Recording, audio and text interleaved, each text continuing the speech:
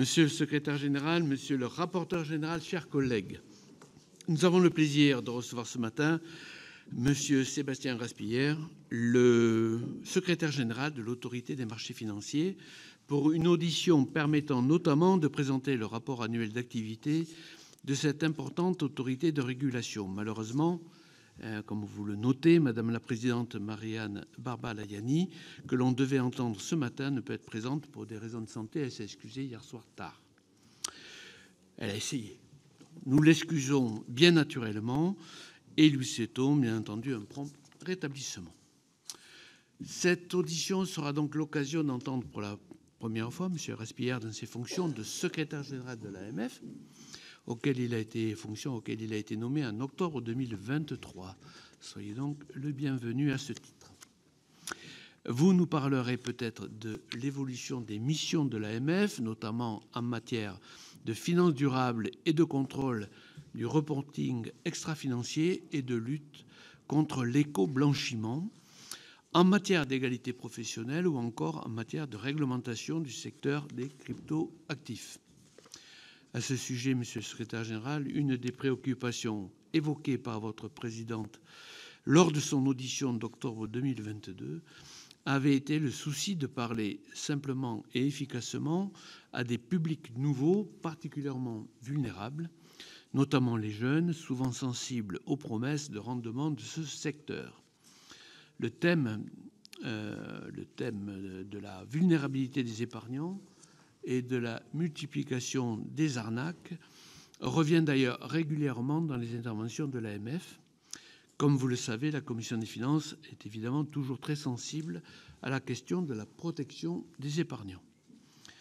De façon plus générale, vous nous parlerez, je l'espère, de l'ensemble des chantiers que vous avez pu initier depuis votre arrivée en fonction respective et, dans la mesure du possible, de ceux qu'a initié Madame Barbalayani, mais aussi des chantiers à venir, et en particulier l'union de l'épargne et de l'investissement. Vous nous direz, monsieur le secrétaire général, si vous estimez, comme Madame Barbalayani, qu'il s'agit, je cite, du projet le plus important de notre génération en matière financière. Sans plus tarder, je vous cède donc la parole pour un propos liminaire. Je vous rappelle que cette audition est retransmise en direct sur le site internet du Sénat. Vous avez la parole. Merci beaucoup, Monsieur le Président, Monsieur le rapporteur général, Mesdames et Messieurs les sénateurs. Premièrement, j'excuse moi aussi la présidente Barbalayani qui a essayé jusqu'à hier soir, mais pas en l'état pour ce matin, et je vous remercie d'avoir accepté ses excuses pour ne pas avoir pu venir ce matin. Elle le regrette. Je tiens à vous remercier de nous donner à l'Autorité des marchés financiers l'occasion de nous exprimer devant vous ce matin pour présenter les grands enjeux en matière de régulation financière à l'occasion de la publication, donc lundi, du rapport annuel 2024 de l'Autorité des marchés financiers. Donc j'en suis le secrétaire général, comme vous l'avez rappelé, depuis 1 an et demi. Rapport annuel, c'est évidemment l'occasion de revenir sur quelques-unes des actions importantes de l'année précédente. Je comprends même depuis la mandature et l'arrivée de la présidente fin 2022, également des premiers mois de cette année 2025, et j'ai bien noté, et j'en aurai l'occasion, et puis aussi dans le jeu des questions et des réponses, pour les perspectives à venir. Marianne Barbalayani avait organisé en mars 2024 dans les locaux de l'AMF une rencontre avec des parlementaires de votre commission sur le thème de la politique répressive de l'AMF et sa contribution à la protection des épargnants et à la lutte contre les arnaques financières. C'est toujours d'actualité. C'est un sujet d'insécurité financière, comme la présidente a pu l'exprimer lors devant la presse lundi à l'occasion de la publication du rapport annuel. Elle souhaite par ailleurs renouveler cette initiative afin de nourrir un dialogue de qualité avec votre commission. Aujourd'hui, dans vos locaux, c'est évidemment l'occasion, mais nous sommes évidemment à votre disposition quand vous le jugez utile. Je reviendrai sur 3 grands enjeux dans mon propos liminaire. Au niveau international, la poursuite des travaux sur la stabilité financière, ne faut pas l'oublier. Il y a eu beaucoup de choses de faites, mais il y a toujours des choses à faire. J'y reviendrai quelque peu. Au niveau européen, vous l'avez mentionné, Monsieur le Président, faire avancer concrètement et espérer faire aboutir le projet d'union de l'épargne et l'investissement. Et au plan national, rester mobilisé pour la protection des investisseurs, l'innovation, la finance durable et donc, je l'ai mentionné, la lutte contre l'insécurité financière qui affecte les épargnants via les arnaques, notamment via aussi les délits que nous pouvons observer, contre lesquels nous nous efforçons de lutter avec l'ensemble de nos partenaires et notamment la justice. Sur le premier plan, au niveau international, nous avons vécu ces derniers mois des bouleversements importants, vous le savez aussi bien que nous, évidemment. Début avril, dans les jours qui ont suivi les annonces sur les droits de douane par le président américain Trump, les marchés financiers ont fonctionné. Je pense que c'est un point important à souligner. On démontré une grande résilience technique malgré des pics très importants de volatilité et des volumes de transactions extrêmement importants. C'est important à souligner parce qu'ils ont joué leur rôle de formation des prix et de révélateur des anticipations des acteurs économiques.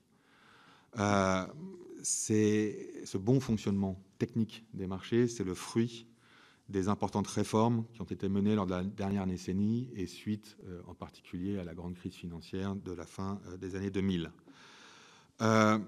Ils ont sans doute aussi joué un rôle dans les évolutions des annonces de la part du président américain. Pour autant, bien sûr, la vigilance reste de mise. Il existe toujours des vulnérabilités structurelles qui sont liées aux évolutions rapides du monde financier, qu'il faut d'abord bien comprendre et, si besoin, mieux réguler. Dans ce cadre, il convient de poursuivre nos travaux en matière de stabilité financière. À l'époque de la grande crise financière, la focale était sur les établissements de crédit, les banques. Aujourd'hui, la moitié de la finance au niveau mondial, c'est de la finance de marché. Et donc, les régulateurs de marché jouent un rôle central dans un monde financier où la moitié de cette finance, c'est de la finance de marché. L'AMF co-préside avec son homologue britannique, donc au niveau de la présidente Barbara Layani, le groupe en charge de la stabilité financière qui réunit les 20 plus grands régulateurs de marchés mondiaux. Et elle y porte la voix de la France dans ses travaux et débats. La voix de la France, c'est une vision d'une finance intègre, bien régulée, utile à l'économie. La France est un grand pays financier, l'un des plus importants et des plus respectés sur ces sujets si essentiels pour la vie de nos concitoyens de manière directe, y compris aussi indirecte. Le deuxième chantier clé de ces années 2024, 2025 et sans doute à venir, c'est la relance de l'Union des marchés de capitaux avec sa nouvelle dénomination, l'Union de l'épargne et l'investissement, qui permet de mettre les épargnants et les investisseurs davantage au cœur des préoccupations de ce chantier qui date déjà de plus d'une décennie avec des résultats non nuls, mais de manière, je crois, très consensuelle, jugés largement insuffisants. Donc, la présidente a effectivement signalé que pour elle, elle le voyait comme le projet le plus important de sa génération en matière financière. Pourquoi ? Il y a eu le passage à l'euro qui démontre qu'il y a une capacité de l'Union européenne à avoir des grands succès. C'est un succès désormais acquis. Le projet de l'Union de l'épargne et de l'investissement, c'est un projet fondamental pour permettre de mobiliser les financements devant permettre à l'Union européenne d'avoir les moyens nécessaires à l'atteinte de ses objectifs politiques. La transition énergétique, la transition digitale de son économie, le financement de son autonomie stratégique, notamment de la défense. Donc, il y a eu des annonces très récentes de la Commission européenne en ce sens.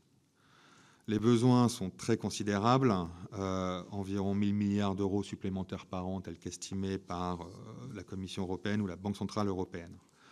Ce chiffre paraît très massif, il n'est pourtant pas hors de portée, puisque l'Union européenne possède un atout que d'autres géographies n'ont pas, c'est-à-dire une épargne abondante de ses concitoyens. C'est le cas en France, c'est le cas dans l'ensemble des pays de l'Union européenne. Elle dispose par ailleurs de circuits d'acteurs, d'intermédiaires puissants et d'une attractivité pour les investisseurs internationaux qui peuvent lui permettre de réussir cette transformation. À cet égard, on peut noter de manière récente, sur ces derniers mois, qu'en relatif, la stabilité de l'Union européenne est perçue par les investisseurs comme un facteur d'attractivité. 3 grandes priorités semblent, pour l'AMF et à son niveau évidemment, devoir être poursuivies pour faire aboutir ce projet. C'est d'une part la bonne mobilisation de l'épargne européenne dans le respect des épargnants européens, évidemment, j'y reviendrai. La mise en place d'une véritable supervision européenne des marchés de capitaux, qui est aussi une source de réelle simplification pour tous les acteurs. Et puis, à court terme, l'attente du projet de la Commission européenne en matière de relance de la titrisation, un vocable qui a une certaine connotation, mais qui est assez essentiel pour permettre l'atteinte des objectifs en termes de financement des projets politiques de l'Union européenne. Si je reviens brièvement, il s'agit en premier lieu donc de favoriser l'investissement des particuliers dans l'économie européenne, permettant une meilleure orientation de l'épargne abondante de ces ménages au travers de placements de long terme les plus aptes, d'une part pour générer du rendement pour les personnes elles-mêmes, d'autre part pour pouvoir financer le terreau économique de l'Union européenne, à savoir ces entreprises de taille moyenne, intermédiaire, en particulier, et c'est valable pour tous les pays. Tous les pays européens n'ont pas de place financière forcément très développée, mais tous les pays européens ont des entreprises non financières qui créent de l'emploi sur leur territoire. C'est l'investisseur européen donc qui sera aux côtés des investisseurs institutionnels la clé de la réussite de l'Union de l'épargne et de l'investissement. Nous nous félicitons donc de changement de dénomination. Et comme je l'ai indiqué, l'intérêt a priori de l'épargnant peut être aligné avec les objectifs politiques qui ont été assignés à la réussite de l'Union de l'épargne et de l'investissement en améliorant la génération d'argent pour nos concitoyens. Et la présidente Barbara Lani, vous le savez, a beaucoup à cœur le sujet de l'égalité femmes-hommes. Et nous pouvons constater que c'est notamment le cas, l'amélioration du rendement de l'épargne pour les femmes qui épargnent beaucoup par rapport aux hommes mais investissent moins, donc placent davantage sur des comptes bancaires non rémunérés. On a un déficit d'investissement de ce côté qui nuit à l'économie. J'en profite donc pour saluer la décision de la loi Dadu que je vois le rapporteur Moret de cette loi sur la mise en œuvre de la directive européenne Women on Board. Voilà. La mobilisation de l'épargne européenne, et je crois que le ministre des Finances français y travaille avec certains de ses homologues, peut aussi passer par la mise en place de labels désignant les produits financiers les mieux adaptés au bon financement de l'économie européenne, avec évidemment la question du traitement fiscal qui dépasse les compétences de l'autorité des marchés financiers, mais qui est bien signalée dans le cadre des communications de la Commission européenne, et donc je l'ai signalé de l'exécutif français. À notre niveau, le rôle des régulateurs de marché sera déterminant pour maintenir un niveau de protection élevé des investisseurs. C'est notre première mission à l'autorité des marchés financiers, et une mobilisation accrue de l'épargne des citoyens sur les marchés amène évidemment une responsabilité accrue du régulateur de marché vis-à-vis de cette mission qui est socle, puisqu'elle permet d'assurer la confiance des citoyens dans les marchés financiers, et la confiance est la base de tout investissement. Sur l'union des marchés de capitaux, nous sommes sans doute l'autorité nationale de marché au sein de l'Union européenne qui est la plus fervente défenseur d'un accroissement significatif des pouvoirs de supervision à l'échelon européen. C'est évidemment partagé en termes d'ambition par les autorités politiques, donc de l'exécutif français. C'est moins le cas dans d'autres pays, mais pour nous, ça nous apparaît essentiel. D'une part, parce que notre ressenti, notre expérience aujourd'hui, c'est que l'architecture actuelle est source de complexité et source d'inefficience. La responsabilité reste au niveau des autorités nationales.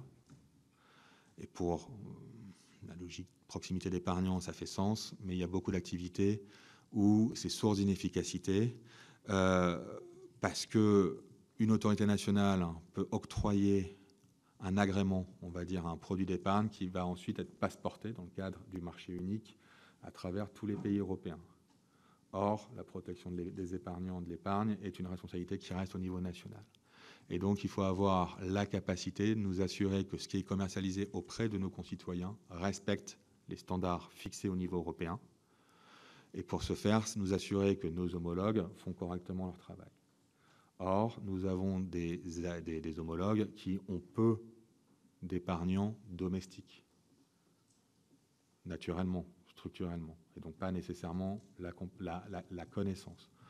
Par ailleurs, nous voyons bien qu'il y a quand même une diversité des cultures d'épargne au sein de l'Union européenne et donc une méconnaissance de la part d'acteurs, on va dire, qui seraient lointains des épargnants au final vers lesquels ces produits sont destinés. Ces sources de complexité, ces sources de risques, et si des efforts ont été faits en matière de convergence des pratiques de supervision, ça nécessite beaucoup de travail pour des résultats qui ne sont pas toujours au rendez-vous. L'idée qu'il y ait un organe central au niveau européen qui a effectivement des pouvoirs permettra d'une part d'éviter ces divergences entre régulateurs nationaux, deuxièmement d'accroître la responsabilité des superviseurs, et là je parle de la supervision à l'échelon européen. La multiplication des acteurs est aussi une source de déresponsabilisation quand on se passe, on va dire, la présidence tournante d'un collège de régulateurs tous les 6 mois. C'est le cas, par exemple, pour des acteurs pan-européens. Donc, pour nous, c'est un enjeu fort, évidemment difficile. C'est une impulsion politique qui est nécessaire. Ça dépasse évidemment le mandat, le cadre d'action de l'autorité des marchés financiers, mais nous pensons que notre voix en ce sens peut aider cette impulsion politique en démontrant que une autorité nationale sait dépasser ses intérêts particuliers, puisque ce serait évidemment une perte de substance pour nous, mais pour le bien collectif européen et au service de l'intérêt général vis-à-vis de nos concitoyens. Dernier point, j'en ai parlé, la titrisation, c'est la première dimension législative au niveau européen qui est attendue pour la mi-juin. Le terme est connoté, mais il ne devrait pas l'être. Il est connoté du fait de ce qui s'est passé aux États-Unis en 2008. Je le rappelle, il n'y a eu aucune défaillance de titrisation européenne en 2008. Par ailleurs, peu de temps après, en 2011, il y a eu un appel de la Banque centrale européenne et de la Banque centrale d'Angleterre, qui était à l'époque dans l'Union européenne, pour une relance de ce marché. Donc ça venait des banquiers centraux, ça ne venait pas des acteurs financiers. Pourquoi ? Parce que l'Europe a un système bancaire très développé, certains disent trop développé. En tout cas, quand vous regardez les bilans bancaires, ils sont complets. Or, les besoins de financement s'accroissent. Et donc, il y a un risque que les banques ne soient plus capables de suivre l'augmentation naturelle de l'activité, de la croissance, et donc des besoins de financement, d'une part. Deuxièmement, ne sont pas forcément les intermédiaires les plus adaptés pour financer la prise de risque. On peut penser au développement d'entreprises moyennes ou intermédiaires rapides, le financement de l'innovation. Et dans ce cadre-là, ce que nous observons, c'est des financements de marché qui viennent, mais par des acteurs qui ne sont pas européens. Donc, il y a un sujet de capacité de financement des projets de croissance portés par les entrepreneurs au sein de l'Union européenne, dans tous les pays, et par une mobilisation de l'épargne qui verra donc son rendement croître, puisque ces projets sont porteurs de croissance, et non pas servir à financer les rendements de futurs pensionnés dans d'autres géographies. La titrisation, il y a eu un cadre développé au sein de l'Union européenne permettant de lui offrir un cadre transparent, sécurisé, clair. Il n'est pas question de le remettre en question. En revanche, de faciliter un désengorgement des bilans bancaires tout en maintenant la qualité de l'origination, du regard bancaire sur la qualité des financements octroyés. C'est un gage de sécurité également. Le risque, sinon, c'est que ce soit des acteurs qui n'ont pas cette expérience qui fassent, par exemple, des prêts aux entreprises directs. Je ne vais pas élaborer davantage. Si vous avez des questions, on sera évidemment à votre disposition. Dernier point, on l'a évoqué, enfin, vous avez posé la question, Monsieur le Président, c'est les sujets de simplification au niveau européen. Elle ne sera pas simple. Je pense qu'on en a des exemples au niveau national, mais aussi dans d'autres pays. La simplification est une œuvre souvent complexe. Vous avez parlé de la directive sur le reporting de durabilité, donc la directive CSRD. Elle a été transposée en France, et la France en est parmi les premiers pays. On a confié la responsabilité en termes de vérification de l'information extra-financière comme de l'information financière pour une entreprise cotée à l'autorité des marchés financiers. Nous sommes donc en responsabilité. Et aujourd'hui, nous avons reçu les premiers rapports de durabilité sur la base de la directive existante. Le fait qu'elle soit en cours de réexamen au niveau européen ne nous enlève pas cette responsabilité. En revanche, ce que la présidente a pu signaler lors de ses vœux en début d'année aux acteurs, c'est que nous le ferons dans ce contexte mouvant avec compréhension et pragmatisme. Donc, nous avons un dialogue avec ce que nous appelons les émetteurs, c'est-à-dire les entreprises cotées qui émettent des titres sur le marché auprès du grand public, qui est exigeant vis-à-vis de cela, mais en tenant évidemment compte du fait que, d'une part, c'est une première année d'application, d'autre part, que certains des éléments qui sont requis pour ce rapport cette année-là auront vocation à ne plus être présents, si, en tout cas, on regarde la proposition de la Commission européenne, dans 2 ans. Nous pourrons y revenir, mais simplement sur le sujet de la finance durable, cela demeure une priorité de l'autorité des marchés financiers qui ne baisse pas son ambition dans la lutte contre l'éco-blanchiment. L'AMF est garante de la complétude, de la clarté et du caractère compréhensible de l'information auprès du public dans sa mission première de bonne protection des investisseurs et des épargnants. Également, une priorité pour l'autorité des marchés financiers, c'est de comprendre et d'accompagner l'innovation lorsqu'elle est utile. C'est dans l'ADN de l'AMF. Nous avons été moteurs pour l'élaboration au niveau européen du régime pilote permettant l'usage sécurisé de la blockchain pour des opérations financières. Nous pouvons constater que pour l'instant, il a du mal à se déployer et nous avons fait des propositions très récemment avec notre homologue italien pour essayer d'améliorer ce régime qui place a priori l'Union européenne en bonne position, mais on a du mal à délivrer les résultats aujourd'hui. En matière de cryptoactifs, vous l'avez également mentionné, Monsieur le Président, nous sommes entrés depuis le 30 décembre 2024 dans l'ère du règlement MiCA. MiCA, c'est évidemment l'agrément des plateformes de services sur cryptoactifs. Ça n'est pas que ça. C'est aussi les offres initiales de jetons. C'est aussi la capacité pour les acteurs traditionnels de la finance d'offrir des services sur cryptoactifs. Et donc, pour l'AMF, ça concerne un vaste champ de ces directions. J'aurai l'occasion d'y revenir, le cas échéant, sur les besoins de l'autorité en la matière. Mais c'est un bouleversement, et ce n'est un bouleversement qui prend acte d'une réalité également. Et je pense que l'Union européenne peut se féliciter d'avoir offert dès à présent un cadre de régulation aux activités sur ces actifs, puisque des études, notamment les nôtres, montrent que davantage de Français au jour d'aujourd'hui possèdent des cryptoactifs que des actions d'entreprise cotées en direct. Donc c'est 10-12%. Et parmi les moins de 35 ans, cette proportion est de plus de la moitié. Donc nous voyons bien que le phénomène est amené à perdurer et à croître. Et donc il est important que là aussi nous puissions assurer autant de confiance que possible en la matière aux citoyens qui souhaitent s'exposer à ces actifs. La mise en œuvre de ce règlement européen pose plusieurs questions importantes qui devront trouver rapidement des réponses. J'ai pu parler de la supervision unique au niveau européen. Nous avons là un cas d'espèce majeur, puisque pour les plus grandes plateformes, elles sont par essence totalement digitales et complètement internationales, et donc en particulier pan-européennes. Nous observons depuis l'entrée en vigueur du règlement MiCA des divergences d'interprétation dans la délivrance des agréments. Pour l'instant, il y en a un peu moins d'une trentaine. Nous venons de faire le premier il y a la semaine dernière. Il y en aura d'autres à venir, sans doute d'ici l'été, mais des divergences qui posent question.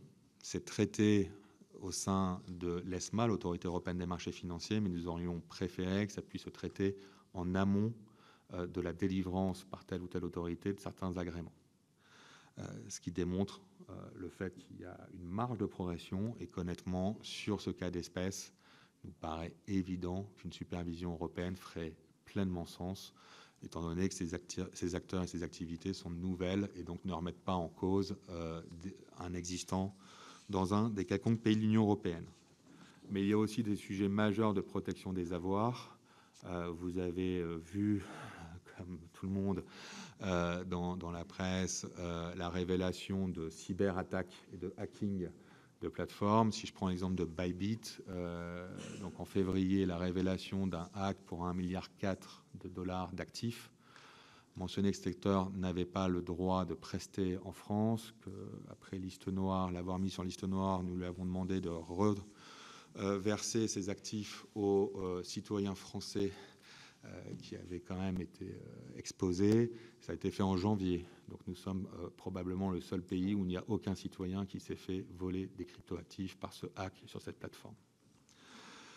Mais plus généralement, c'est signalé que nous sommes très exigeants en la matière. C'était le cas dans la loi Pacte. Ça n'est malheureusement pas le cas dans le cadre du régime MiCA, mais j'espère que ça pourra évoluer assez vite.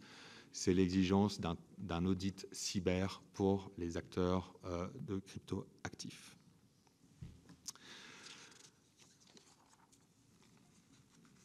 Dernier point, sur les nouvelles missions, finances durables, cryptoactifs, la résilience opérationnelle et notamment la cybersécurité des acteurs financiers. C'est un élément majeur, technique, qui a déjà été examiné, enfin en tout cas j'ai été déjà auditionné par le Sénat et je le serai prochainement à l'Assemblée nationale sur le projet de loi résilience qui transpose donc le règlement DORA, c'est celui qui nous concerne à l'AMF, aussi Nice 2 et les autres exigences cyber. C'est quelque chose de fondamental, l'amélioration de la résilience opérationnelle des acteurs financiers. On pense donc bien sûr à la cyber. C'est pour nous un enjeu majeur de monter en compétences et de pouvoir recruter des gens compétents en la matière. DORA, donc, s'applique pour toutes les entités régulées par l'Autorité des marchés financiers, en particulier ces 700 sociétés de gestion qu'elle supervise directement, mais également les prestataires de services d'investissement, en lien avec notre collègue la CPR. Donc c'est un champ extrêmement vaste qui s'est ouvert, et là depuis la mi-janvier 2025. C'est aussi plus généralement la résilience opérationnelle. Et quand je mentionne ça, au-delà de la cyber, il y a des choses terre à terre. Typiquement le blackout qu'ont connu l'Espagne et le Portugal amène évidemment à s'interroger sur la capacité des infrastructures de marché les plus critiques, les chambres de compensation, les dépositaires centraux, les plateformes de négociation, marché réglementé comme Euronext, pour nous, à pouvoir continuer à opérer dans des situations de ce type. Et puis, vous l'avez peut-être vu aussi de manière locale pour les conseillers d'investissement financiers et des assureurs. Beaucoup ont été touchés par la cyberattaque qui a concerné un pourvoyeur de données et de services à ces acteurs, Harvest. On voit bien que des attaques de ce type peuvent avoir des répercussions sur une partie importante très rapidement de l'écosystème financier. Je le mentionne parce que ce sujet pour nous est un axe majeur et de résilience qui a été mise en place au niveau européen. Là aussi, je pense qu'on peut s'en féliciter parce que l'Union européenne en a été assez précurseur. Dernier point, désolé parce que je suis un peu long, mais au niveau national, donc au niveau de la protection des investisseurs et de l'épargne. C'est notre première priorité, notre stratégie est simple, comprendre et agir. Nous faisons face à un paysage de l'épargne qui est en plein bouleversement. Il est marqué par le succès ces derniers mois très significatif des fonds indiciels, les ETF, des actions fractionnées, typiquement promues par des acteurs digitaux offrant une plateforme de produits à des épargnants, y compris les nouveaux épargnants, les nouveaux investisseurs qui n'étaient pas présents sur les marchés précédemment. La digitalisation des plateformes de distribution d'épargne est un phénomène massif, évidemment en volume au jour d'aujourd'hui relativement limité quand on le compare à l'intermédiation financière traditionnelle par les réseaux bancaires ou assurantiels, mais avec des dynamiques qui sont extrêmement significatives. Et quand on regarde le comportement des nouveaux investisseurs, et nous avons fait, grâce à l'OCDE et à un financement de la Commission européenne, des études très récentes, très intéressantes à mon sens, sur le comportement de ces nouveaux investisseurs, ce pli qui est pris d'aller sur ces plateformes, ils ne le perdront plus. Donc là aussi, la dynamique est claire et la tendance est claire. Et pour autant, ce sont des acteurs avec lesquels il nous faut pouvoir dialoguer, quand bien même ils viennent le plus souvent d'autres pays de l'Union européenne. Et puis qui font usage, par exemple massivement, de techniques digitales, y compris d'intelligence artificielle, pour promouvoir des produits d'épargne dans un parcours client qui se veut aussi simple que possible, c'est-à-dire le moins de clics possible pour pouvoir avoir accès à un produit, démarche très différente de celle qu'on a longtemps connue, et encore évidemment massivement, qui est le contact avec son conseiller bancaire ou assurantiel dans une logique de conseil sur des produits. Comme je l'ai indiqué, nous avons mené ces dernières années des études approfondies avec l'OCDE pour mieux comprendre les spécificités de ces nouveaux investisseurs, pour nous aider à adapter nos actions d'éducation financière. Nous avons mené en fin d'année dernière, et nous la renouvelons régulièrement sur les réseaux sociaux, une campagne à destination des jeunes investisseurs qui s'appelle les Mystères d'Investipolis. Je vous invite à la regarder. Ça a brisé les codes pour nous, autorités, usuels de communication vis-à-vis des épargnants. Nous avons adopté des codes visuels, graphiques et aussi de langage adaptés à ces nouveaux investisseurs. Nous sommes allés sur des réseaux sociaux sur lesquels nous n'avions pas l'habitude, par exemple TikTok. Nous avons eu un grand succès. Certains de nos homologues qui s'étaient lancés un peu avant nous, je pense à l'autorité québécoise par exemple, n'avaient pas eu ce succès. Il faut pouvoir leur parler et il faut pouvoir se mettre dans leurs usages. Il ne faut pas attendre que ce soit eux qui comprennent le langage usuel d'un régulateur. Et donc, par rapport à votre question, Monsieur le Président, c'est clairement quelque chose qui nous tient à cœur, puisque nous devons nous adresser à toutes ces personnes, et les jeunes investisseurs deviendront de moins jeunes investisseurs, avec des sommes encore plus importantes à investir. Et il est important que nous puissions nous adresser à eux. Évidemment, nous n'oublions pas les épargnants plus âgés. Nous avons des travaux aussi menés avec dans le cadre du pôle commun avec la CPR sur les investisseurs vulnérables du fait de leur âge.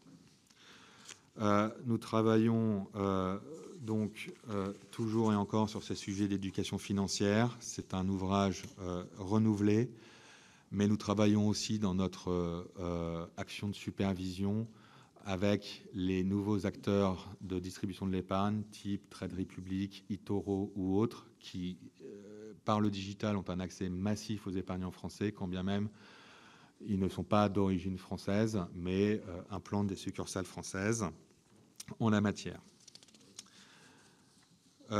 Nous souhaitons pouvoir accompagner également les initiatives prises au niveau européen dans la promotion de produits pertinents pour les épargnants. Dans ce cadre, et j'en amènerai par là, nous voyons des bouleversements également en termes d'attrition des marchés publics au sens ouvert au grand public, typiquement une attrition de la cote pour les entreprises, et le développement de ce qu'on appelle les marchés privés, c'est-à-dire tout ce qui est par exemple actions non cotées ou autres. C'est par exemple le cadre du règlement LTIF, les fonds européens d'investissement de long terme. La France est juste après le Luxembourg, la deuxième place de domiciliation de fonds à destination des épargnants.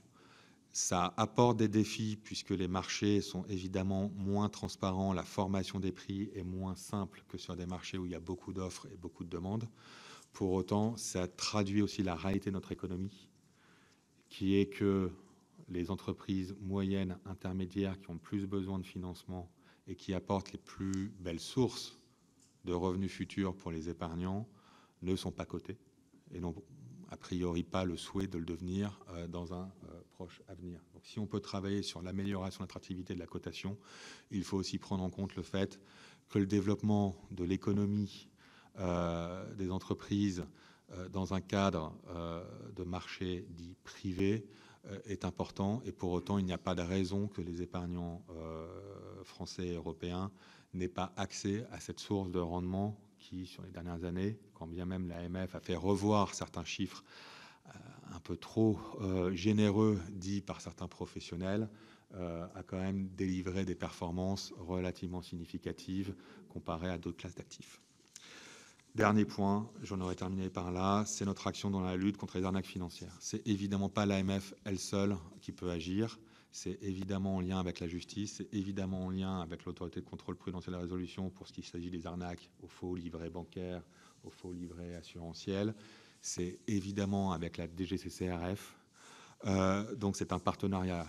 La présidente Barbara Layani a eu l'occasion de le démontrer lors d'une conférence de presse en fin d'année dernière avec la procureure de Paris, avec la directrice de la DGCCRF et avec la secrétaire générale de la CPR. Juste pour vous donner quelques chiffres, c'est un sujet qui est en profonde augmentation, donc qui est très préoccupant. 15% des Français estiment aujourd'hui avoir été victimes d'une escroquerie financière, en tout cas d'une tentative. Et ce chiffre atteint 35% chez les moins de 35 ans. C'est très significatif. C'est un véritable phénomène de société et qui contribue à dégrader la confiance de nos concitoyens dans les offres de produits d'épargne, les marchés financiers. Et quand elles se réalisent, ces arnaques, c'est évidemment avec des conséquences parfois tragiques. Le montant moyen des pertes est estimé à près de 30 000 €, 29 500 pour être précis. C'est une situation qui ne peut pas être admise. Il faut pouvoir lutter contre. Comme je l'ai indiqué, c'est une mobilisation générale aux côtés de l'ensemble des autorités compétentes, de la justice.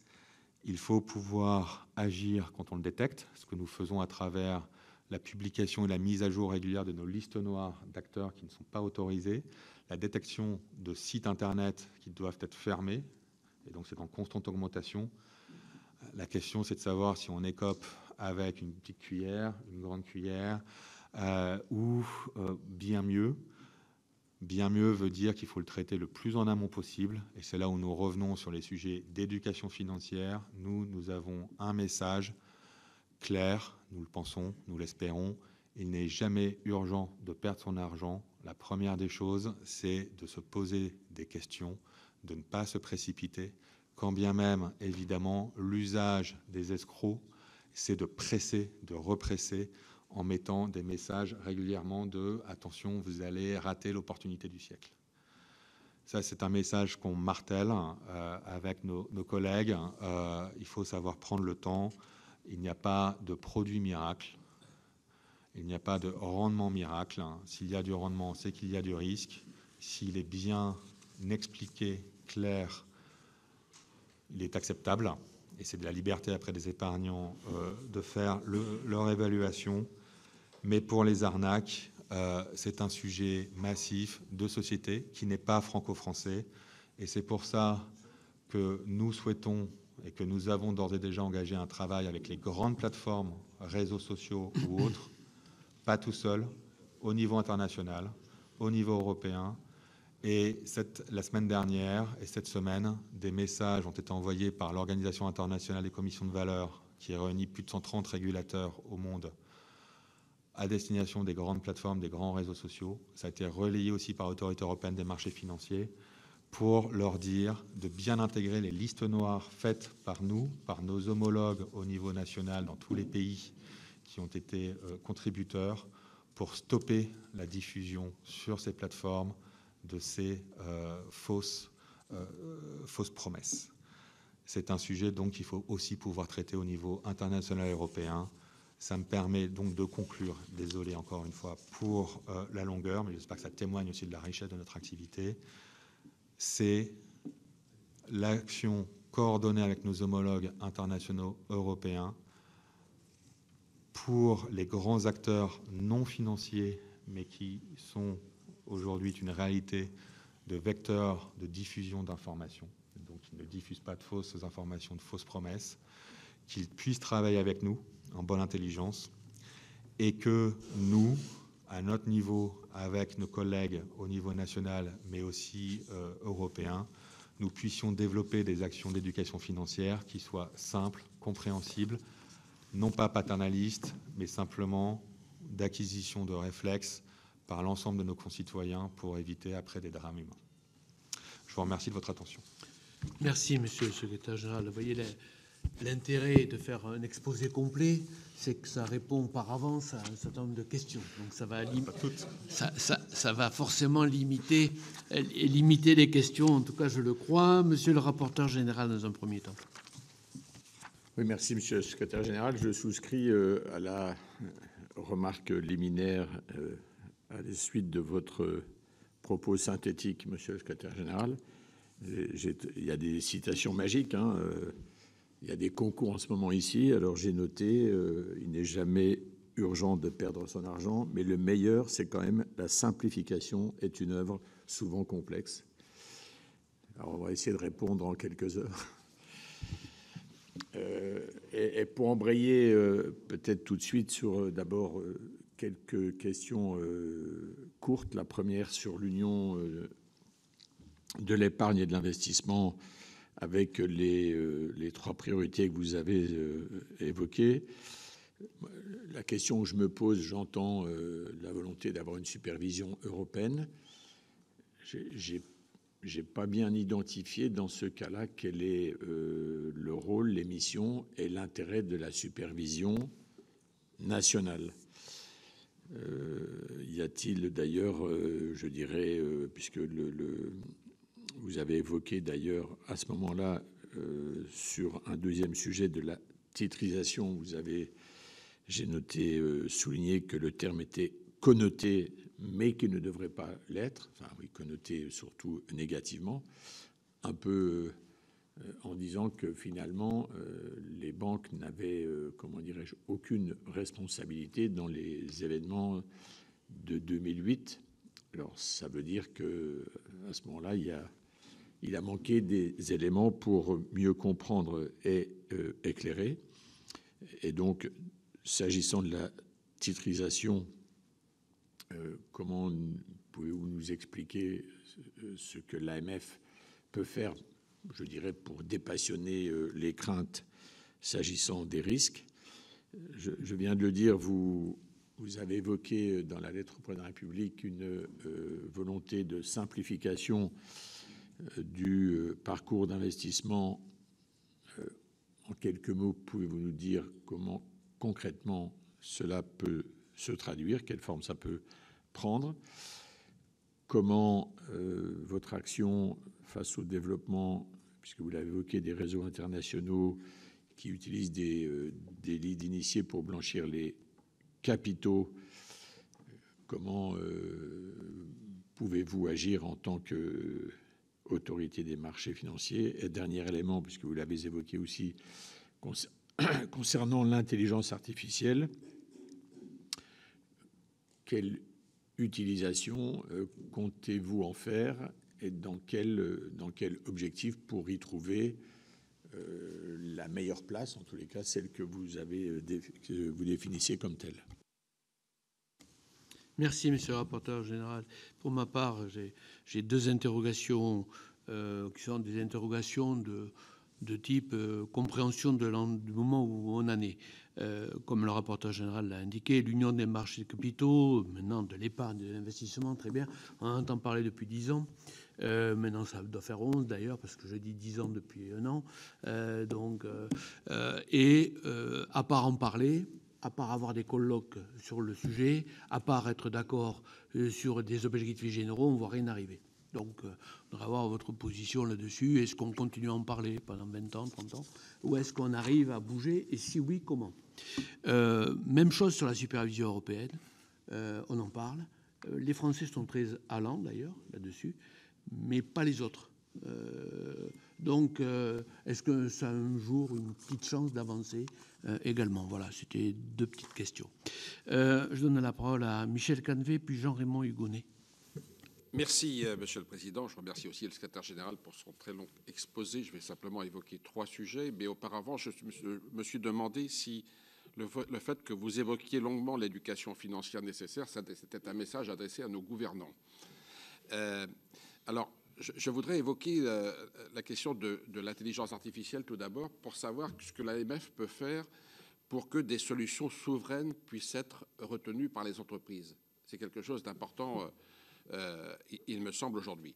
Ensuite, vous avez évoqué les questions de cybersécurité. Effectivement, le texte est passé au Sénat. Comment l'AMF va s'organiser pour assurer la continuité du contact avec les acteurs concernés, puisqu'il faut signaler les incidents dans les plus brefs délais? Est-ce que l'AMF est en capacité de s'organiser pour cela? Et puis, vous avez évoqué les cryptoactifs.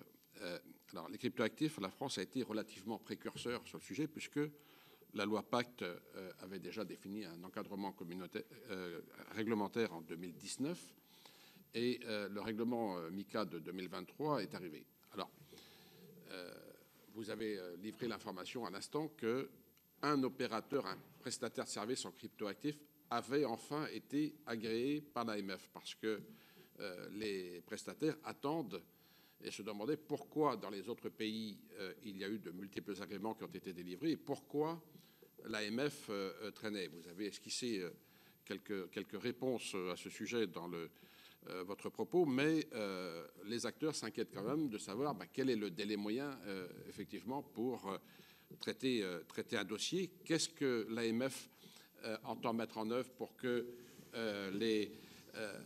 soient promus les dispositifs de cryptoactifs, que les fournisseurs nationaux puissent être mis en avant? Quelles sont les priorités de l'AMF sur le sujet, en quelque sorte? Quelle communication allez-vous mettre en place pour promouvoir ce service innovant? Merci Michel. Jean-Raymond Hugonet, puis Ghislaine Sonnet.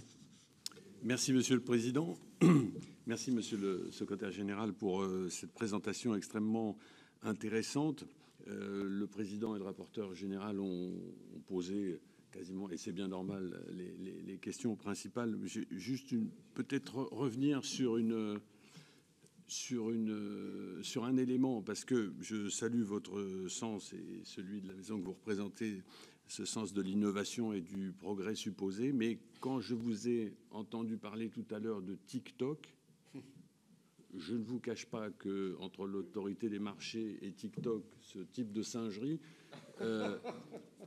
voilà. Alors peut-être j'ai mal compris quelque chose, surtout en fonction de votre conclusion qui a été quand même assez explicite. Pourriez-vous repréciser un petit peu la chose tout à l'heure? Merci. Merci Jean-Raymond. Ghislaine Sonnet. TikTok, avec les algorithmes de recommandation, en fait, ça touche beaucoup de monde et ça participe à l'éducation financière, justement. Vous avez en tout cas longuement développé cette question de cybersécurité qui est effectivement un risque prégnant. Je vous ai peu entendu, ou alors peut-être qu'à un moment donné, j'ai manqué d'attention, mais sur également les menaces en matière de risque climatique. On sait que notamment la BCE avait promis en 2022 de pouvoir modifier eh ben oui, mais il faut bien que certains portent ce sujet ici au Sénat et qu'il n'y ait pas de... Ah bon, j'ai eu peur. D'accord.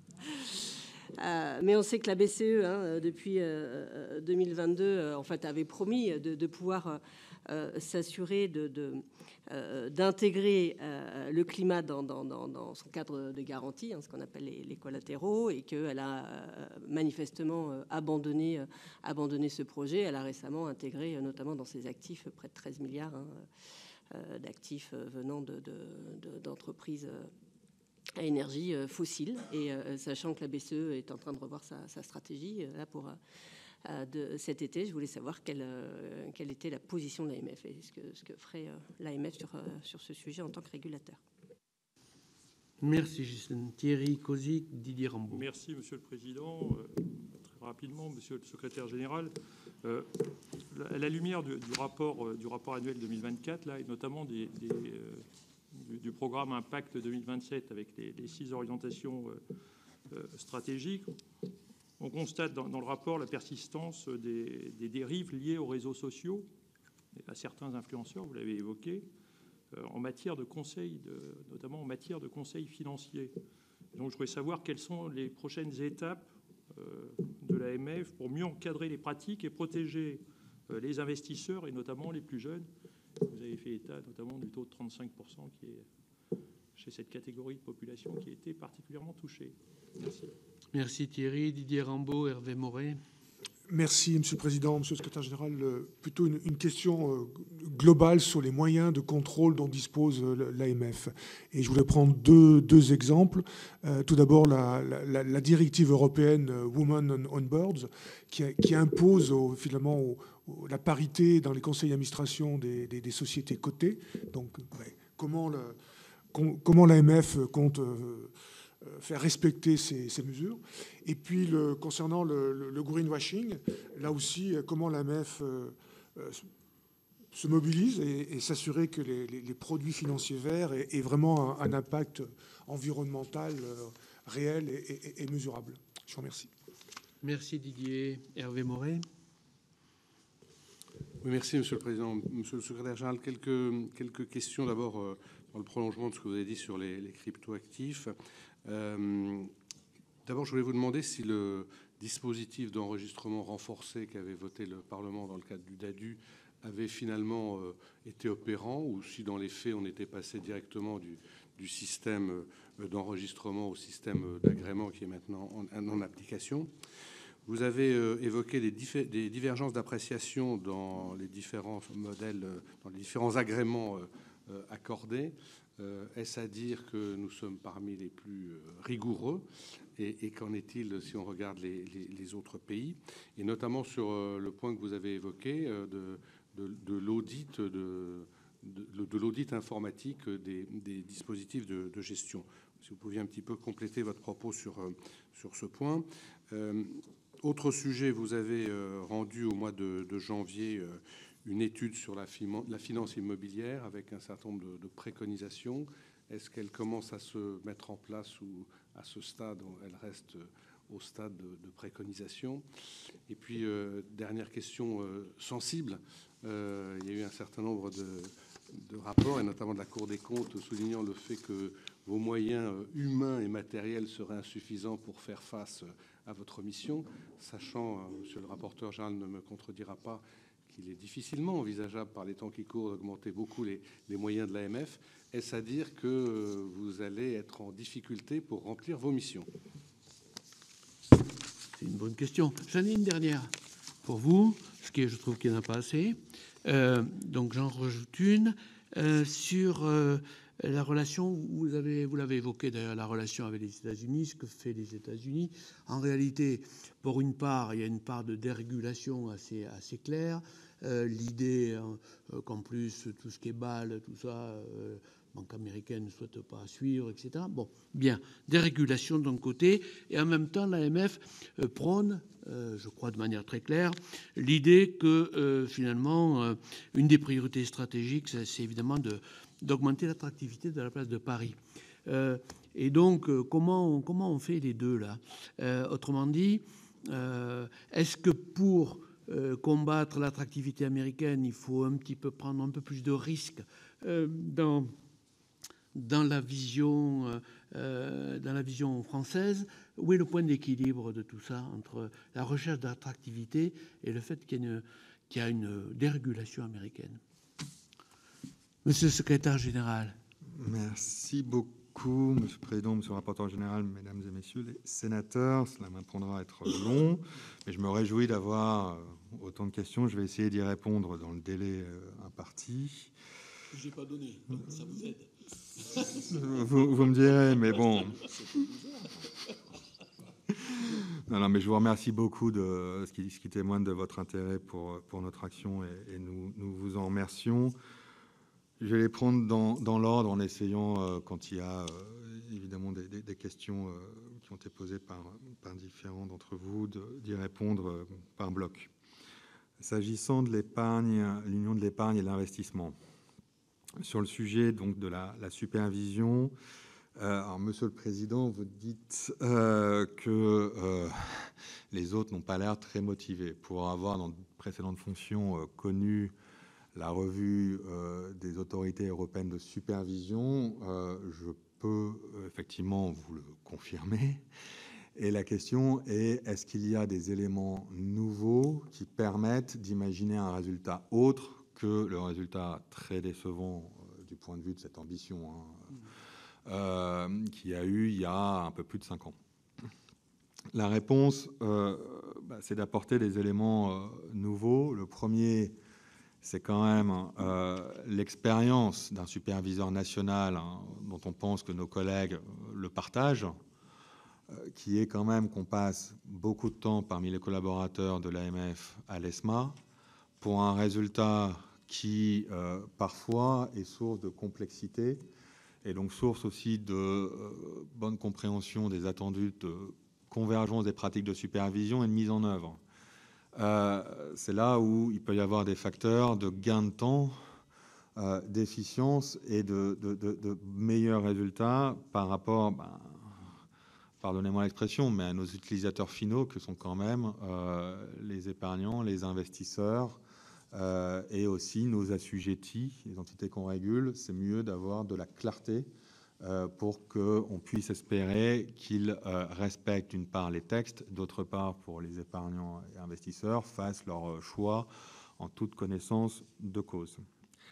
Alors, si on rentre dans... Alors, donc, il y a un enjeu pour nous qu'on essaye de porter auprès de nos homologues, on verra si on arrive à convaincre, mais qui est que ça peut être une source de simplification, en tout cas d'éviter d'empiler des choses.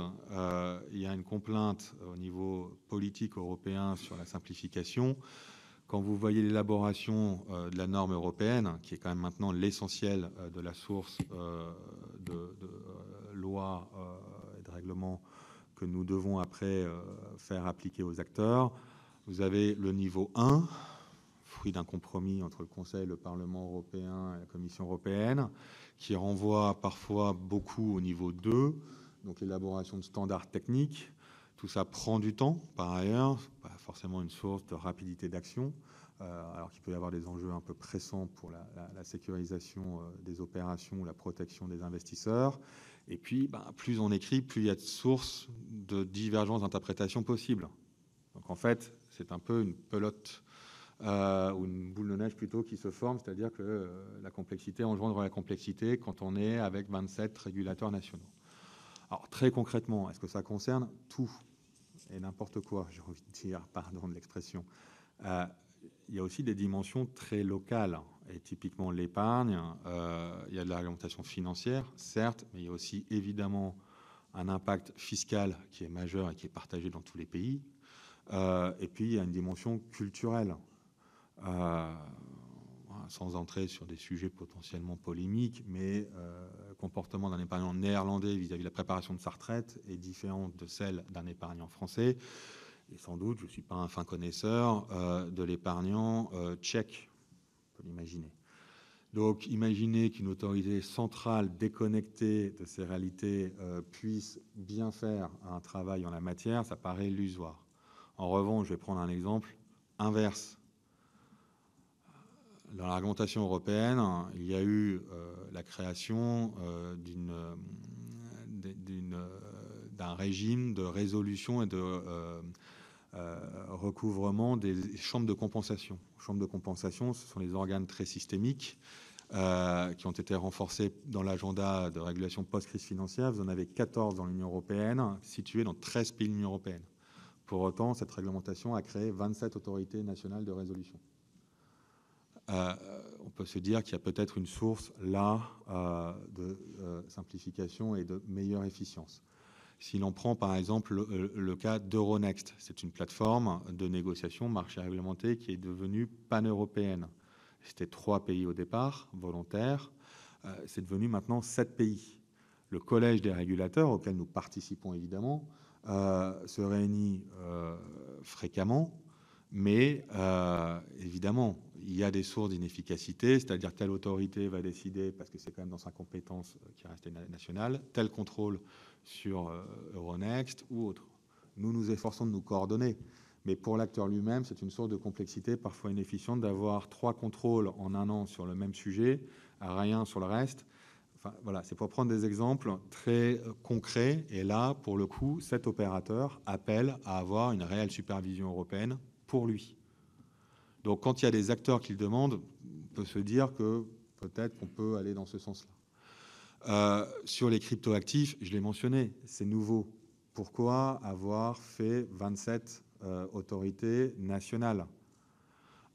Nous faisons face à des acteurs, alors certains sont très domestiques, mais pour d'autres, ils ont, dans leur construction, leur développement même, la volonté d'être international. Et donc, qu'une autorité nationale ait la responsabilité déjà vis-à-vis des 26 autres pays d'agréer puis de superviser ce type de plateforme, alors que ça va toucher beaucoup de citoyens européens, ça n'est sans doute pas optimal. Donc, il faut pouvoir être très concret, je suis parfaitement d'accord. L'autorité des marchés financiers a déjà publié des positions en réponse à des consultations de la Commission européenne. Elle compte continuer à contribuer à ce débat en faisant des propositions concrètes. Ça passe aussi, et nous le disons, pour convaincre davantage de pays du sens. C'est définir là les sujets sur lesquels c'est le plus évident possible. Deuxièmement, c'est clair qu'il y a des réticences aussi vis-à-vis du fonctionnement actuel des autorités européennes, en tout cas de certaines d'entre elles. Il faut pouvoir y travailler pour pouvoir apporter des réponses aux personnes. Et donc là aussi assurer peut-être une plus grande connexion, compréhension dans les enjeux et renforcer les mandats aussi par ces biais-là de ces autorités. Et en termes de gouvernance aussi, avoir quelque chose qui puisse fonctionner. Il y a des exemples qui sont parfois des contre-exemples, mais on ne part pas non plus de rien. Sur le sujet de plus général, on ne voit rien arriver. Oui, on en parle beaucoup. Mon message, c'était quand même de signaler que c'était une initiative du président Juncker à l'époque, peu de temps après la grande crise financière, dans un sens où il était clair pour lui, et il avait raison, que l'agenda de réglementation nécessaire post-grande crise financière allait amoindrir les capacités de financement bancaire. Simplement, ça touche davantage l'Europe que d'autres géographies, puisqu'on dépend davantage du financement bancaire et que par ailleurs, les banques conservent davantage en Europe sur leur bilan qu'ailleurs. Donc c'est aussi pour répondre à la question du rapporteur général. Je n'ai pas dit que les banques n'avaient pas eu de responsabilité lors de la crise financière. Ce que je dis simplement, c'est que les titrisations européennes n'ont pas connu de défaillance. Donc ça, c'est factuel, c'est des statistiques. En revanche, les titrisations américaines en ont connu pour des défaillances majeures d'informations sous-jacentes, notamment sur les subprimes dont la qualité n'était pas correctement évaluée, et par ailleurs par des innovations financières qui étaient délétères, de découpage et de complexification non justifiée, puis de transmission au niveau européen et international via des produits vendus avec une information qui n'était pas correcte. Donc ça, c'est évidemment pas remis en cause. Ce que je dis simplement, c'est pour rappel, le président Juncker l'avait mis dès le premier agenda de la première Union des marchés de capitaux, sur la base d'un appel de la Banque centrale européenne, de la Banque centrale d'Angleterre, que récemment, Christine Lagarde, dans son discours sur Quantum Shift, parle de supervision unique, appelle à une SEC européenne, mais parle aussi de la titrisation, et que dans les rapports qui ont été commandés par Ursula von der Leyen, vous avez le rapport Letta, donc un ancien Premier ministre italien, le rapport Draghi, ancien Premier ministre italien, ancien président de la Banque centrale européenne, qui y appelle. Et vous avez au niveau français le rapport de Christian Noyer, également banquier central, qui y appelle. Donc, ce n'est pas un appel fait par des banquiers ou autres acteurs financiers qui voudraient distribuer des choses. Évidemment, certains le réclament, hein, je n'ai pas dupe. Que peut faire l'AMF? Dans son champ de compétences, l'AMF n'a pas le prudentiel. Or, c'est évidemment un aspect très important, donc je ne vais pas m'exprimer là-dessus. En revanche, sur les diligences qui doivent être menées, moi, j'ai l'honneur de présider un groupe européen des 3 autorités européennes de supervision donc qui concentre 60 superviseurs. C'est une source de complexité, mais bancaire, assurantiel et de marché, au niveau européen, au niveau national. On a publié un rapport qui était réclamé par la Commission européenne dans le cadre du règlement sur la titrisation européenne, qui fait des propositions consensuelle de simplification en matière de diligence. Non pas en abaissant les exigences, mais en disant simplement il faut qu'on responsabilise les acteurs. Quand il y en a un qui est responsable et qui le fait, ça n'est pas la peine que ce soit quelqu'un d'autre par ailleurs qui le fasse, ça dilue leur responsabilité. Donc on voit des moyens de simplifier tout en augmentant la responsabilisation des acteurs. Ça ne sera pas décisif. Clairement, le prudentiel est un facteur très important. La Commission doit sortir mi-juin. C'est aussi pour ça que j'en ai parlé, parce que pour le coup, en termes d'exemple concret, c'est le premier qui est dans la liste de la Commission européenne et ça donnera la tonalité de l'ambition de la Commission européenne. Après, on ne prononce pas sur le degré d'ambition qu'il faut avoir, mais c'est simplement factuel. Ensuite, sur la relation avec les États-Unis. Je pense dans notre premier axe stratégique, effectivement, on parle d'attractivité tout en disant que pour nous, ça passe par maintenir à minima notre niveau d'exigence. Parce que les acteurs, notamment anglo-saxons, qui ont fait le choix de la place de Paris pour les activités post-Brexit par rapport à Londres, ce n'est pas un facteur de laxisme qui les y a attirés, au-delà de facteurs divers et variés. Il y a aussi évidemment le fait que leurs superviseurs domestiques reconnaissaient la qualité des superviseurs français. Donc pour nous, c'est le point d'équilibre. C'est un niveau d'exigence par notre supervision qui fait que nous sommes reconnus aussi par nos pairs aux États-Unis ou en Angleterre sur des activités de marché qui peuvent être sophistiquées et complexes.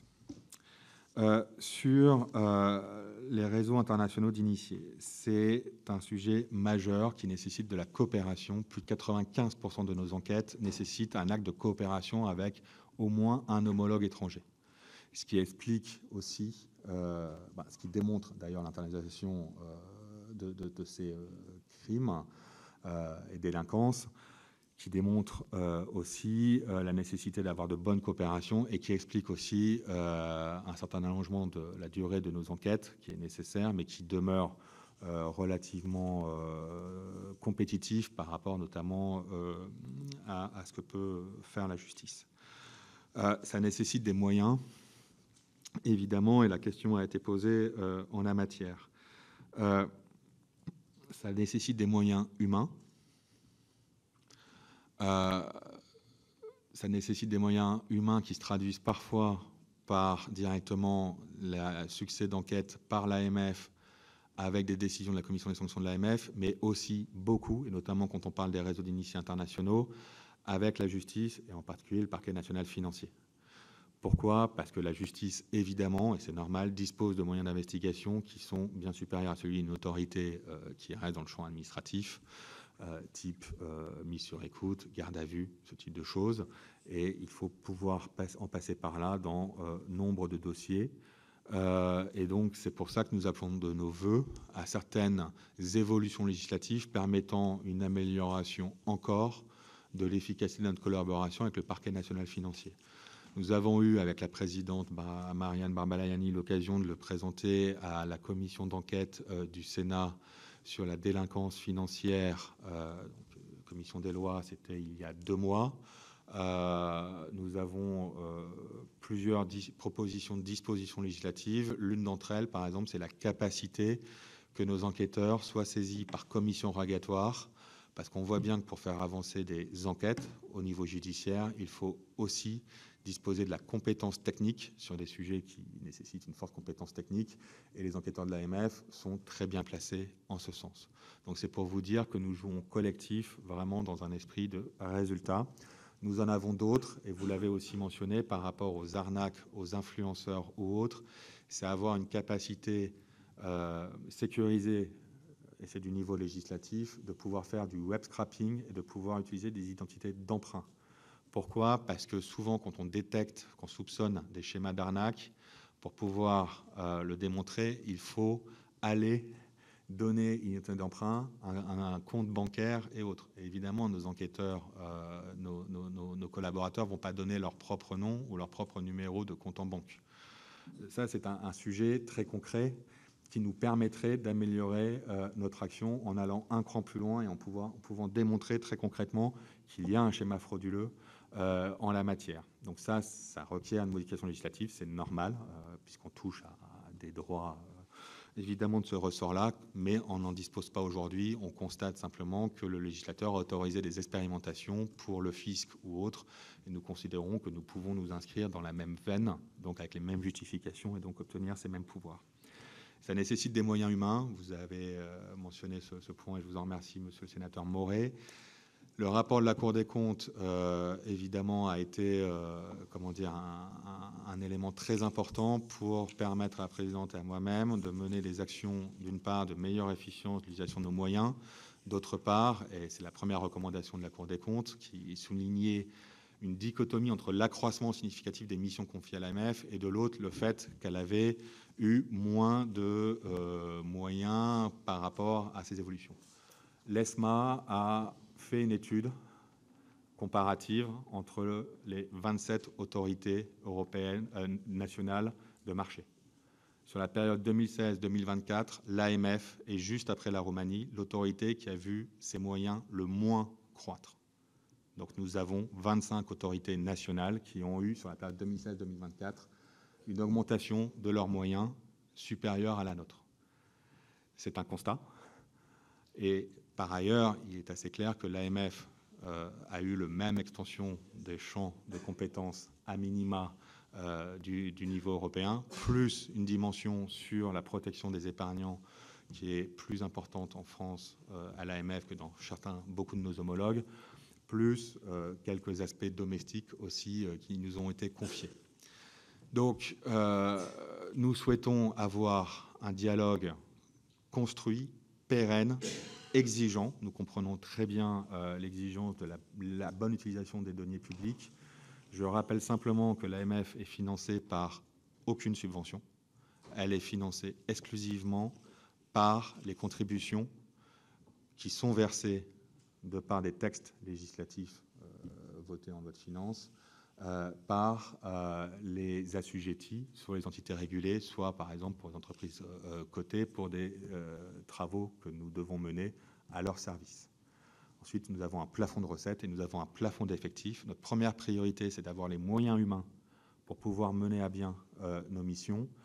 La première recommandation du rapport de la Cour des comptes, c'est d'établir une trajectoire pluriannuelle. C'est ce que nous avons documenté l'année dernière, ce que nous avons discuté longuement avec les services du ministère de l'Économie et des Finances, c'est ce qui a été intégré dans le projet de loi de finances par le gouvernement. Et nous remercions et le gouvernement et le Parlement d'avoir voté une augmentation pour 2025 du plafond de recettes et du plafond d'effectifs. Mais pour nous, c'est vraiment une logique pluriannuelle qui compte aussi pour donner de la visibilité à nos collaborateurs et parce que la mise en œuvre de MICA, DORA, Finance Durable s'étale aussi sur une certaine durée. Donc, nous poursuivons le dialogue pour cette année en prévision du PLF pour 2026 avec Bercy. Nous l'aurons avec vous, nous y sommes prêts et nous faisons par ailleurs notre part d'économie. Je maintiens le budget informatique en euros courants à la même enveloppe, alors même que les exigences de sécurité avec le Second Cloud font augmenter les coûts, que l'inflation sur ces aspects-là sont massifs et que l'AMF a un aspect SS2I très concret. Nous recevons près de 200 milliards de données par an du fait des reporting. Nous en faisons évidemment quelque chose. Nous avons des outils de détection qui sont extrêmement sophistiqués et nous devons pouvoir maintenir cette qualité d'innovation et de technologie pour nous. Ça me fait peut-être une transition avec l'intelligence artificielle, pardon, parce que je sais que les temps sont limités. L'intelligence artificielle, c'est très développé chez nos acteurs que nous régulons. Donc nous devons pouvoir suivre parce que nous savons que les développements de techniques d'usage avec l'intelligence artificielle chez les acteurs qu'on régule vont avoir un impact sur nous. Plus, c'est une source évidemment potentielle d'amélioration de l'efficience chez nous. Donc nous avons indiqué à la présidente lors de ses vœux que nous avons pour objectif de publier notre feuille de route en matière d'intelligence artificielle d'ici la fin de l'année. C'est en usage interne. Nous avons une population de collaborateurs qui est très technophile, en tout cas très capable. Et donc, nous devons l'encadrer. Nous devons identifier les cas d'usage qui peuvent aider à améliorer notre service. Nous devons aussi être en connexion avec les acteurs que nous régulons pour identifier un peu en amont les usages futurs que nous devrons développer pour toujours suivre là-dessus. Donc, nous devons avoir une capacité d'investissement maintenue et nous devons être à l'écoute. Nous bénéficions, parce que nous avons obtenu ça auprès de la Commission européenne, un financement par un cabinet de conseil aujourd'hui, cette année, qui nous aide à élaborer cette trajectoire. Ça nécessitera évidemment des moyens, mais nous y reviendrons le moment venu avec évidemment les pouvoirs exécutifs et législatifs. Sur la protection des investisseurs, peut-être pour clarifier, TikTok, j'ai simplement dit que nous avions utilisé ce réseau social pour la première fois pour diffuser la campagne de communication et d'éducation financière auprès des jeunes investisseurs. Pourquoi ? Parce qu'en fait, ils vont sur TikTok. Et ils ne vont pas ils vont pas regarder en replay le journal télévisé de TF1 ou de France 2. Donc, il faut pouvoir le faire. Par ailleurs, c'est un dialogue que nous avons noué aussi avec TikTok par rapport à ce que j'ai évoqué sur les listes noires, les influenceurs, et nous avons une écoute. Nous avons une écoute. Honnêtement. Après, il y a les plateformes, les grandes plateformes Internet anglo-saxonnes, où là, c'est hétérogène, mais nous avons aussi de l'écoute. Mais il faut pouvoir s'adresser à ces acteurs très importants qui sont un vecteur de communication dorénavant incontournable, comparé à une période où l'information sur les produits financiers se faisait à travers le conseiller bancaire ou le conseiller assurantiel. C'est quelque chose maintenant de très marqué, et c'est pour ça que j'indiquais aussi que le paysage de l'épargne est en plein bouleversement. Les gens écoutent leurs amis, les influenceurs, regardent les réseaux sociaux. Nous allons publier prochainement une étude, par exemple, sur les comportements d'investisseurs en action sur les entreprises du CAC 40. Donc, ce n'est pas forcément la même population que ceux qui investissent dans les bitcoins aujourd'hui. Ce que l'on observe, c'est que l'influence, donc ça sortira prochainement, des messages sur ce qui s'appelait Twitter à l'époque, donc la messagerie X, c'est pas le contenu qui compte, c'est le nombre de tweets sur une société cotée. Mais il y a un impact, clairement. Les gens sont attentifs à ça, y compris pour des investisseurs sur ce type d'actifs financiers, donc plutôt traditionnels et matures. Je vais vous proposer de conclure, monsieur le secrétaire général, si vous le voulez bien. Non, j'espère avoir répondu à pas mal des questions. Simplement, peut-être très rapidement sur les cryptoactifs. Oui, l'enregistrement renforcé, nous en avons eu 3, et en fait au total 7, parce que quand ils sont agréés, ils sont aussi enregistrés. Et ça explique aussi une partie, pas du retard de l'AMF par rapport à MICA, mais du fait que certaines autorités ont pu donner des agréments très rapidement, MICA, dès l'entrée en vigueur. Nous avons eu beaucoup de demandes encore dans le régime Pacte, renforcé notamment grâce à votre action, monsieur le sénateur Moret. encore au deuxième semestre et en toute fin d'année 2024. Donc ça a accaparé les équipes de l'AMF et on a eu peu de demandes d'agrément MiCA à cette période-là, contrairement à d'autres pays où ils ont pu se préparer au deuxième semestre 2024 à des agréments MiCA et donc les délivrer dès le tout début d'année 2025. Deuxième point, vous savez qu'il y a des périodes transitoires pour les pays qui avaient des régimes nationaux avec MiCA. La France a fait le choix d'avoir la période transitoire autorisée la plus longue, c'est-à-dire 18 mois. Donc, c'est favorable aux acteurs français qui ont plus de temps pour se mettre au niveau de MiCA, mais par rapport à d'autres pays où la période, par exemple, peut être 6 mois, c'est évidemment une pression moindre à ce stade pour passer à MiCA, ce qui peut expliquer cela. Après, en termes d'exigences, nous respectons tout, mais rien que les exigences MiCA. Nous ne faisons pas de surtransposition, nous invitons simplement les acteurs, par exemple par rapport à l'audit cyber, à le mener. Nous avons un bon retour à cet égard, ce qui démontre un certain niveau de maturité et de compréhension pour les acteurs qui souhaitent être agréés chez nous.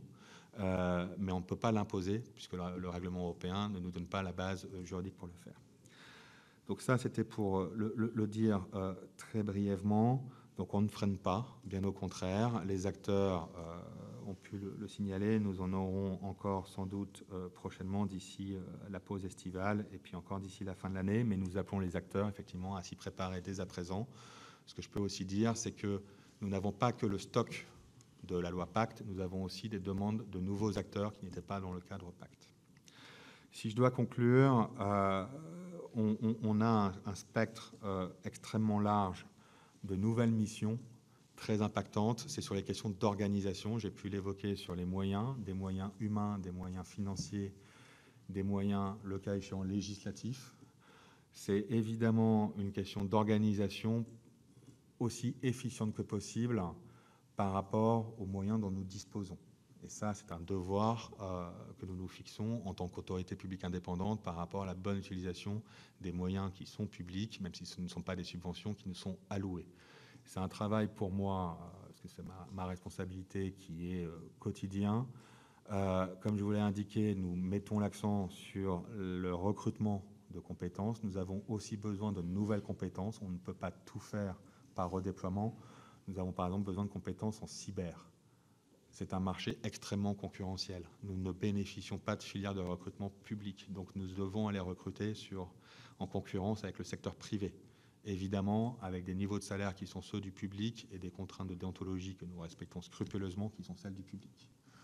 Donc c'est pas pour se plaindre, c'est juste pour dire que nous devons le prendre en compte et donc nous devons être vigilants sur la capacité à accompagner nos collaborateurs, sur l'intérêt des missions. Et là, je peux vous rassurer, l'intérêt général attire toujours des gens de qualité, mais ça ne suffit pas entièrement. Nous devons pouvoir les accompagner en augmentation, qui demeure modeste, c'est l'inflation, pas plus, et aussi par la capacité de les outiller de manière moderne, suivant les développements technologiques. Et donc, typiquement, moi, je suis attendu, je suis le sponsor du développement de l'intelligence artificielle au sein de l'autorité des marchés financiers. On l'a mis à mon niveau, parce que c'est très transversal, mais je sais que je suis attendu parce que c'est une demande de la part de gens qui, dans leur activité privée ou familiale, font déjà usage de l'intelligence artificielle, parce que ce sont des gens très compétents, très au fait de ces technologies. Donc nous avons des défis RH, et c'est pour ça que je vous remercie d'avoir posé la question sur Impact 2027. Le 6e axe stratégique, qui s'appelle le socle essentiel, c'est la capacité pour l'AMF d'avoir toujours la capacité d'attirer des talents, des collaborateurs de très bon niveau, motivés par l'intérêt général, parce qu'on ne peut pas leur offrir les salaires que le secteur privé offre, mais qui trouvent un sens à leur action. Et le sens, c'est bien réguler, lutter contre l'éco-blanchiment. J'en ai peu parlé, vous avez raison, mais j'ai quand même dit que c'était toujours une ambition forte. Dans ce cadre, il y a les modifications de la directive CSRD, il y a aussi notre action en vue d'une modification du règlement SFDR, ça c'est les produits d'investissement de fonds à destination des épargnants. Nous avions averti très tôt le niveau européen que la réglementation telle qu'elle a été conçue allait conduire à des abus. On l'a vérifié, et tous les pays européens l'ont vérifié. Nous avons publié l'année dernière un papier de proposition pour modifier. Je comprends que c'est dans le cadre de l'Union européenne, de la Commission européenne. Simplement, il faut déjà attendre la révision de CSRD pour pouvoir avoir quelque chose de clair et de cohérent sur SFDR. Mais c'est toujours au cœur de notre ambition, ça demeure une priorité dans un contexte qui est très mouvant, mais les orientations stratégiques 2022-2027 restent pleines et entières, avec donc une logique pluriannuelle que nous appelons de nos voeux dans notre dialogue avec le pouvoir exécutif et le pouvoir législatif. Ça me permet de remercier encore une fois le président Rénal, le rapporteur général et vous-même de nous avoir conviés à cette audition. Merci, Monsieur le Secrétaire général, pour ce tour d'horizon très complet. Mes chers collègues, je vais vous demander 1 minute de plus, si vous voulez bien. Merci, Monsieur Raspillère. Merci, Monsieur le Président. De votre venue. Et nous allons poursuivre 1 minute.